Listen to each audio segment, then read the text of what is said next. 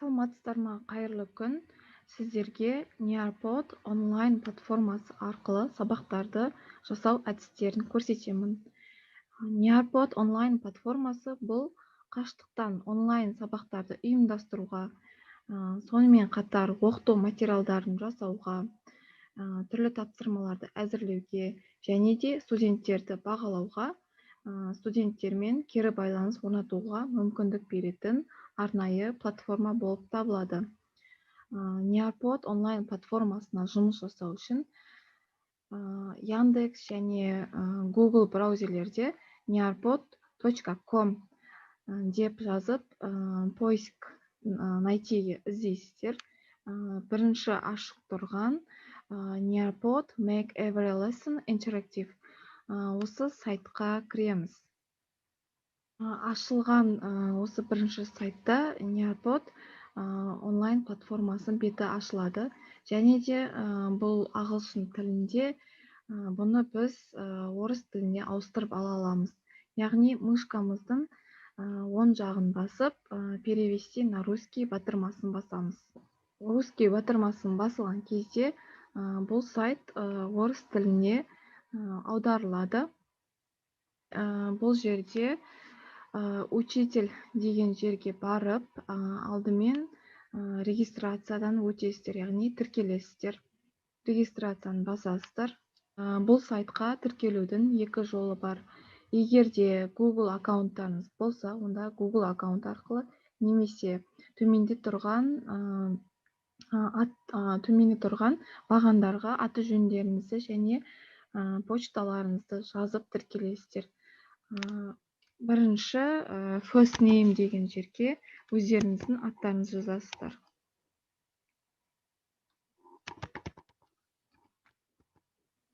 Екінші тұрған бағанға фамилияны жазасыздар. Үшінші тұрған бағанға, яғни почталарыңызды жазасыздар.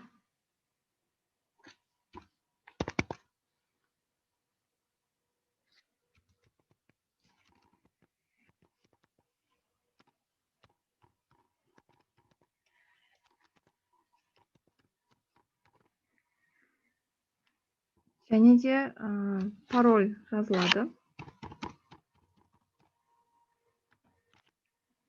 Яғни робот деген жерде басасыздар.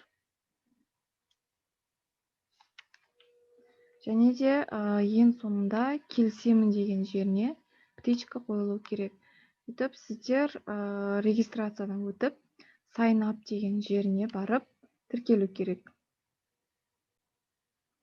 Осылай тіркелген бойда сіздерге арнайы нелеріңізді мұғалім деп teacher дегенді басасыздар. Данды басу керек, яғни ары қарай жүруіңіз керек. Сонымен енді осы бізге Nearpod онлайн платформасы ашылады. Осы экранда сіздерге онлайн сабақтарды қалай әзірлеу керек, соны көрсетемін.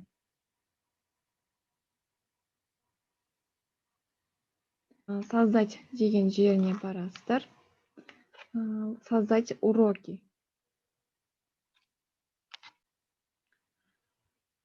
Создать урокиді басқаннан кейін арнайы қосу белгісі тұрған жерге add content деп тұр. Осы жердің үстін басқан кезде сіздерге бірнеше, яғни контенттер, сонымен қатар активитилар, яғни тапсырмалар көрінеді. Осы контенттермен және активитилармен, яғни тапсырмаларды ұйымдастыруға болады. Бірінші тұрған видео деген жерге барамыз. Арнайы өздеріңіздің дайындаған видео материалдарыңызды немесе YouTube-тағы дайын видео материалдарды пайдалануға болады. Мысалға, жоғарғы жағында көрсетілген жерлерден загрузить видео деген жерден загрузить деген жерді басқан кезде арнайы жазып алу, яғни download батырмасы басасыздар үстін. Сол кезде арнайы өздеріңіз дайындаған видео материалдарды жиберүүгө болот.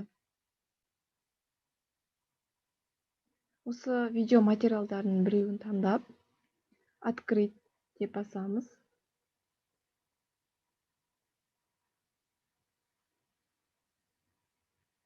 Яғни бул видео узак әрі жүктеледі. Сол жүктелгенін күтеміз.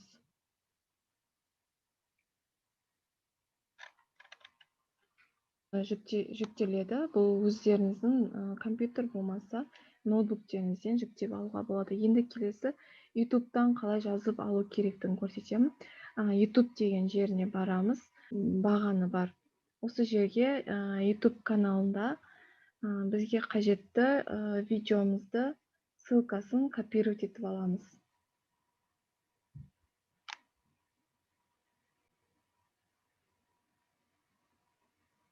Ашылған видеоның жоғары жағында ссылкасын копировать етіп аламыз. Неопод бағдарламасына келіп, YouTube'дың ссылкасын қоямыз және іздеу батырмасын басамыз.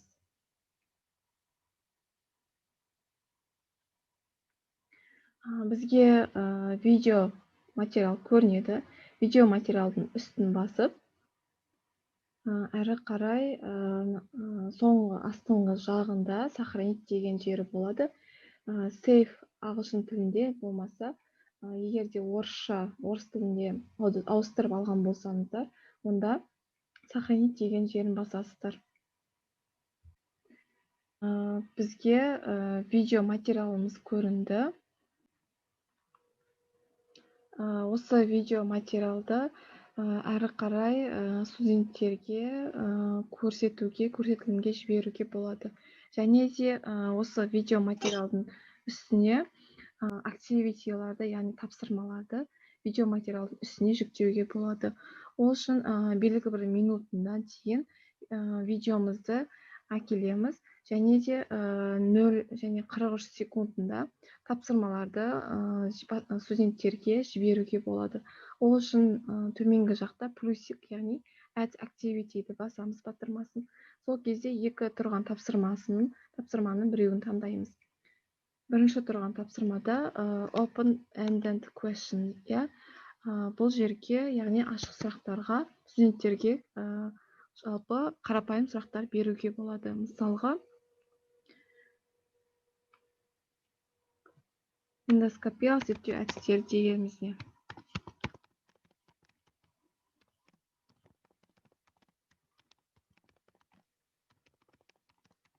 Бұл жерде save деген батырмасын басамыз. Немесе сохранить деп шығу керек. Мына енді көрініп тұр. Яғни 43-ші секундында ашық сұрақтар, яғни студенттерге қарапайым сұрақ беріледі. Келесі 1 минут 39 секундына келесі тапсырманы қоюымызға болады.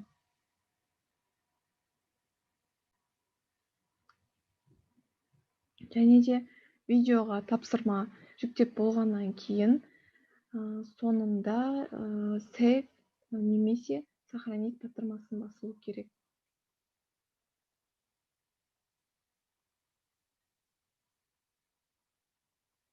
Видео материал барлығы сақталады. Біздің бірінші контентіміз дайын тұр. Келесі плюсикті басып, бұл контентте сонымен қатар осы бағдарламада слайдты жасауға мүмкіндік бар. Яғни слайд деген жерге барамыз, үстін басамыз.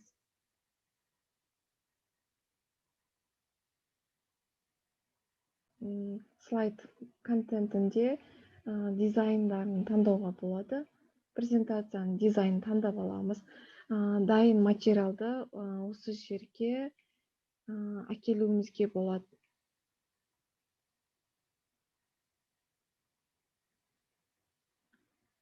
Дайын материалымызды копировать вставить деп қойып шығамыз. Сонымен қатар осы жерде суреттерді де қоюға болады. Ол үшін upload files немесе загрузить файл деген, загрузка файлов деген батырмасы шығады. Соның үстін басасыздар. Ноутбуктеріңізден загрузить етіп аласыздар.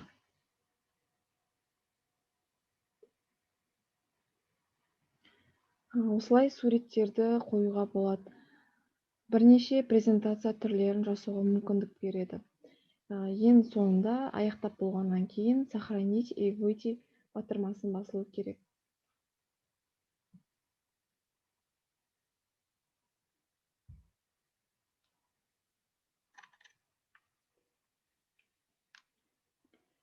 Келесіде тағы да плюсик батырмасын басып, осында тұрған бірнеше нелерімізді, контенттерімізді таңдауға болады. Келесіде 3D, яғни AirPod'тың 3D деп аталатын 3D картиналарды қолдануға мүмкіндігі бар. Бірнеше категориялар берілген. Соның ішінде анатомия пәніне арналған, яғни анатомиядағы адам ағзасын, мүшелерін 3D картиналары бар. Сонымен қатар микробиология пәніне арналған жануарлардың 3D картиналары, яғни таңдауға болатын бірнеше категориялар бар. Оны енді бұл арнайы берілген картиналар, сондықтан біреуін таңдап сохранить деген батырмасын басамыз. Енді үшінші болып бізде 3D картинамыз шықты. Осы 3D картинаның үстінен 2 рет басамыз. 3D картинасы көрінеді. Осылай студенттерге адам анатомиясын, яғни жүрек қан айналым жүйесі ауруларын осылай көрсетуге болады.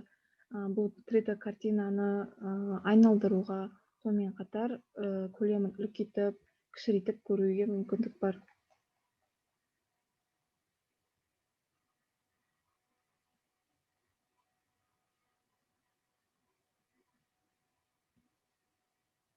Енді келесіде тағы да басқа да контенттерімізді көруге болады. Видеолар, бұларды да пайдалануларыңызға да болады. Сонымен қатар слайд-шоу презентациялар болса, оны слайд-шоу ретінде студенттерге көрсетуге болады. Ол үшін слайд-шоу деген жерге барып, арнайы белгімізді басамыз, жазылады деген. Ол кезде бізде дайын презентациямызды үстін басамыз.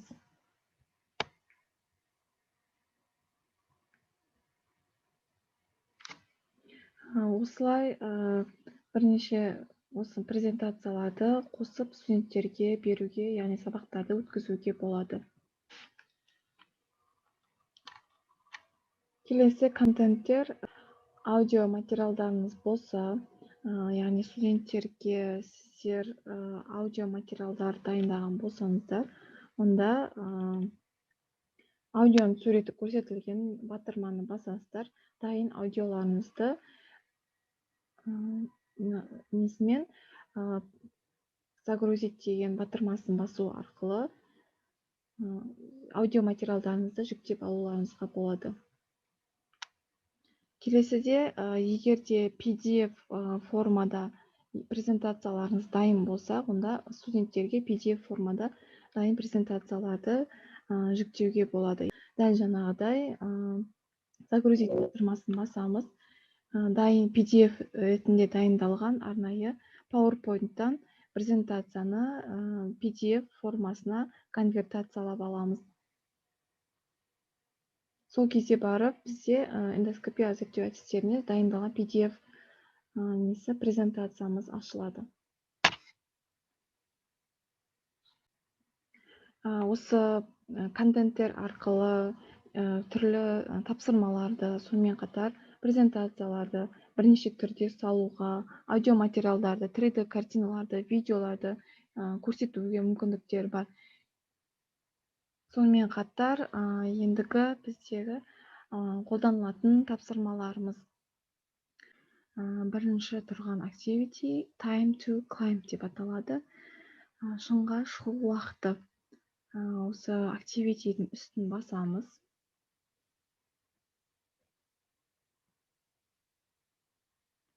Яғни бұл тапсырмаларда тест сұрақтарын құрастыруға, яғни студенттерге тест сұрақтарын ойын түрінде өткізуге мүмкіндік береді. Бізде алдымызда экранда осындай тест сұрақтарын алдымен көшіреміз. Дайын тест сұрақтары болса, тест сұрақтарын әкелеміз. Яғни көшіру жолымен әкелеміз. Астында тест сұрақтарының варианттары берілген. Тест сұрақтарының варианттарын қоямыз.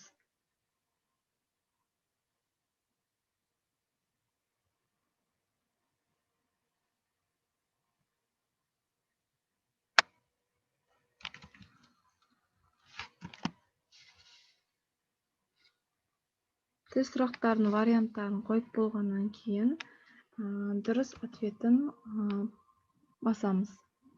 Егер де бұл бізде бірнеше сұрақтар дайындауға болады. Бірінші сұрақ, екінші сұраққа көшу үшін add question деген батырмасын басамыз. Сол кезде алдымызда екінші сұрақ шығады.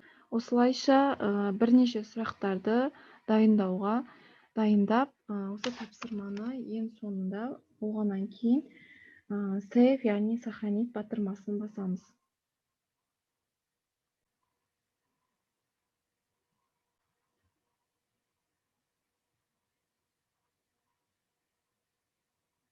Келесі activity ол open-ended question болып табылады. Ашық сұрақтар. Бұл жерге ашық сұрақтарды, яғни қарапайым сұрақтарды студенттерге беруге болады.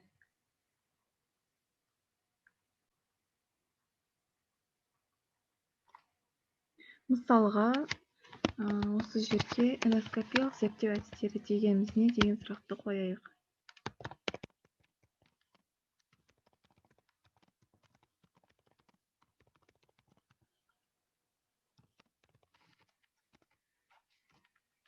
Және де сұрақтар жазып болғаннан кейін save, сохранить батырмасын басамыз.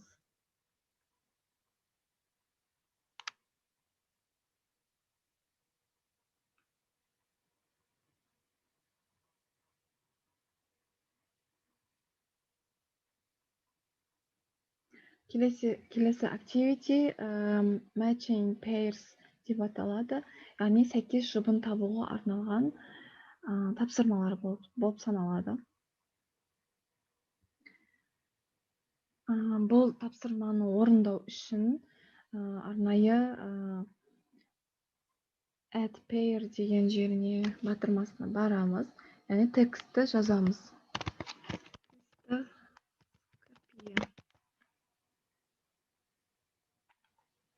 Яғни бізге ендігі цистоскопия зерттеу әдістерінің түрлерін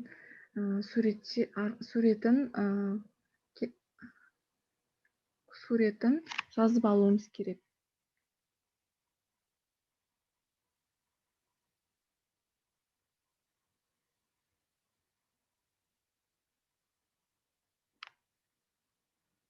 Яғни бұл жақта пара жұбы ретінде суреттермен келтіруге немесе жазулары арқылы бір-бірінің суреттерін, жұптарын сәйкестендіруге болады. Яғни дан батырмасын басамыз.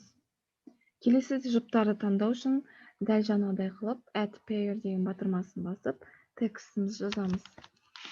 Колоноскопия.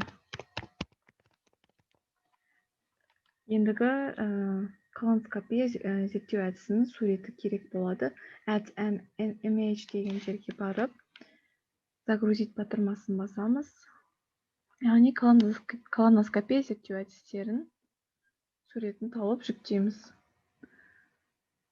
Жүктеліп болғаннан кейін сохранить батырмасын басамыз. Осылай бірнеше жұпты тапсырмаларды дайындауға мүмкіндік береді. Ең соңында міндетті түрде сохранить батырмасы басылу керек.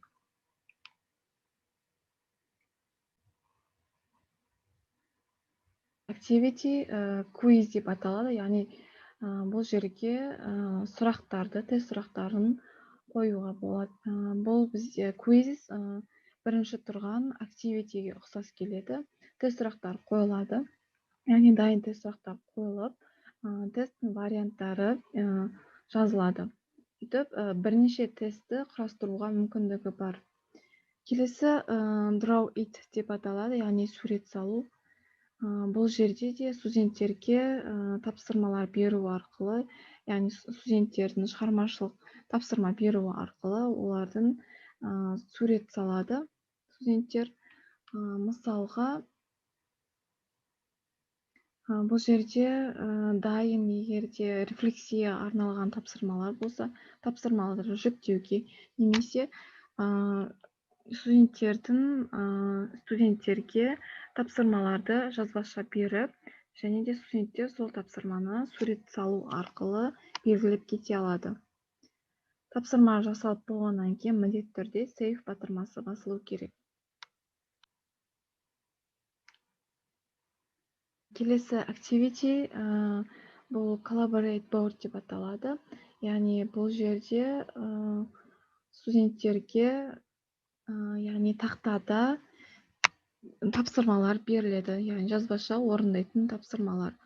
Бұл студенттерге тапсырмалар ауызша немесе жазбаша орындап, бұны мұғалімнің арнайы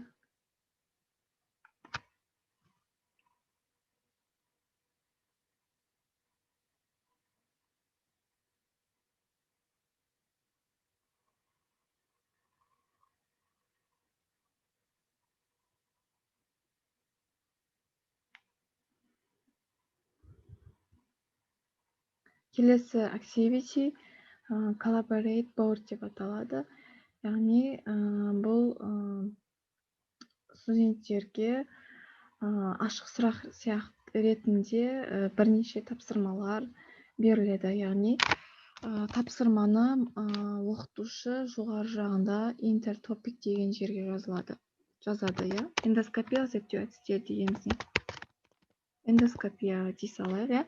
Эндоскопия деп осы жерде суреттерді жазуға болады.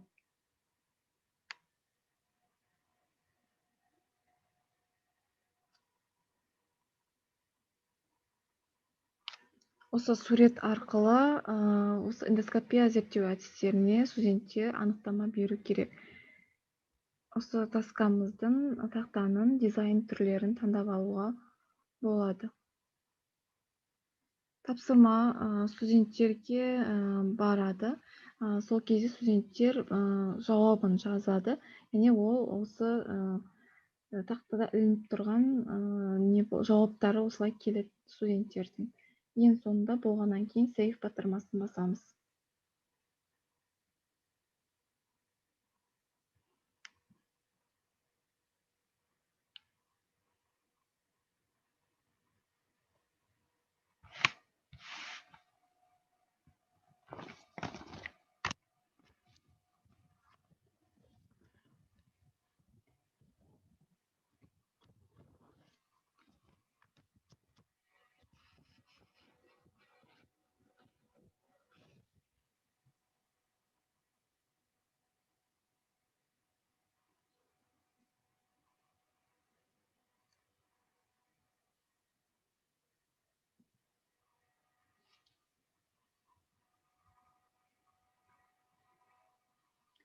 Келесіде қалған активитилар, олар сауалнамалар болып табылады. Студенттерден сауалнамалар алуға, сонымен қатар бұл тапсырма адасқан әріптерден сөйлемдер құрастыруға мүмкіндік беретін тапсырма активити болып саналады. Үшіншісі memory тест деп аталады, яғни жадты тексеруге арналған тест тапсырмаларын құрастыруға мүмкіндік береді. Бұл жерде арнайы суреттер, сабақтарыңызға қатысты суреттер дайындалу керек. Суреттерді компьютер немесе ноутбуктеріңізден жүктеп аласыздар. Ол үшін Other Images деген жеріне барып, Browse Your Files деген жерден суреттеріңізді, яғни ноутбуктеріңізден скачать етіп аласыздар. Суретті басып, открыть батырмасын басамыз, және суреттерді кез келген жерге орналастыруға болады. Өстіп, барлық суреттерді осы ашылып тұрған ұяшықтарға қарай ашып отырамыз. Келесі сурет. Барлық осы ашылып тұрған ящиктар суреттерге толтырылуы керек.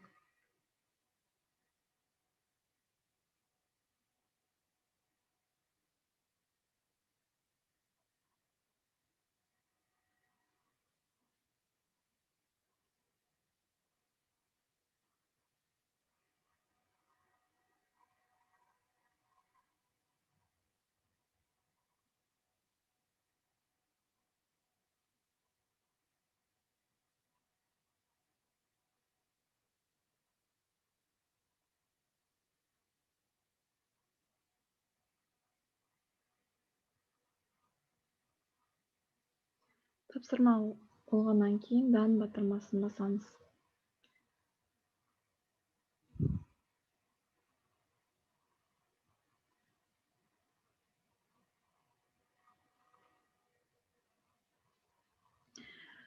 Бізде осындай сабақ лекция материалдар дайындалды.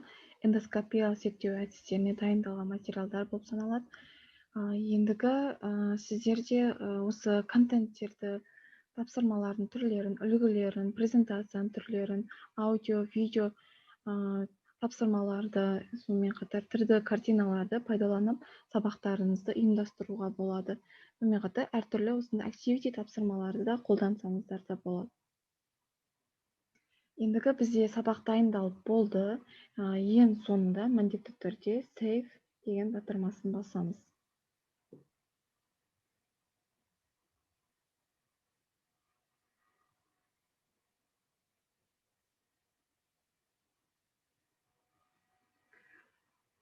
Nearpod онлайн платформасында бірінші сабағымыз әзірленді. Бірінші тұрған сабағымызды осы студенттерге енді бұл тапсырмаларды арнайы студенттер сілтеме арқылы немесе егер де бұл бағдарламаны компьютерге немесе телефонға App Store, Play Market'тен басып алған болса, онда код арқылы қосыла алады. Немесе сілтеме арқылы қосылады. Бұл тапсырмаларды жіберудің 3 жолы бар. Бірінші тұрған бұл Live Participation Zoom деп тұр, яғни Zoom арқылы тапсырмаларды, яғни студенттермен Zoom арқылы қосылып, тікелей студенттер Zoom арқылы өзінің жауап беріп жатқан, яғни нәтижелерін Zoom'дан мұғалімнің басқаруымен Zoom'дан көре алады. Екіншісі бұл студенттер мен мұғалім синхронды түрде мұғалімнің басқаруымен студенттер тапсырмаларды орындайды. Яғни осы тапсырмалар барысында мұғалім сабақтың барысын, студенттерді тапсырмаларды орындаудағы белсенділігін бақылай алады. Үшінші, бұл студенттерге үй тапсырмасы ретінде жіберуге болады. Яғни берілген ссылкасын студенттерге WhatsApp желісі арқылы болмаса, немесе үй тапсырмасы ретінде смарт арқылы оның ссылкасын көрсетіп студенттерге жібереді. Кейін студенттер бұл тапсырманы орындап болғаннан кейін мұғалімнің осында Nearpod платформасында reports, яғни отчеты деген жерінде студенттердің орындаған нәтижелері көрсетіледі.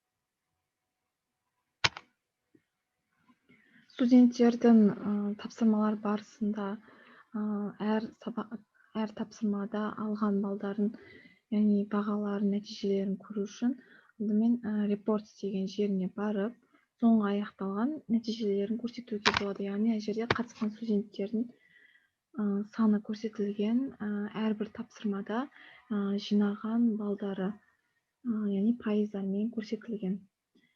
Бұл нәтижесін студенттермен бөлісуге, егер де почталары болса, почталары арқылы бөлісуге, сонымен қатар бұл нәтижені PDF формасында жазып алуға мүмкіндік бар.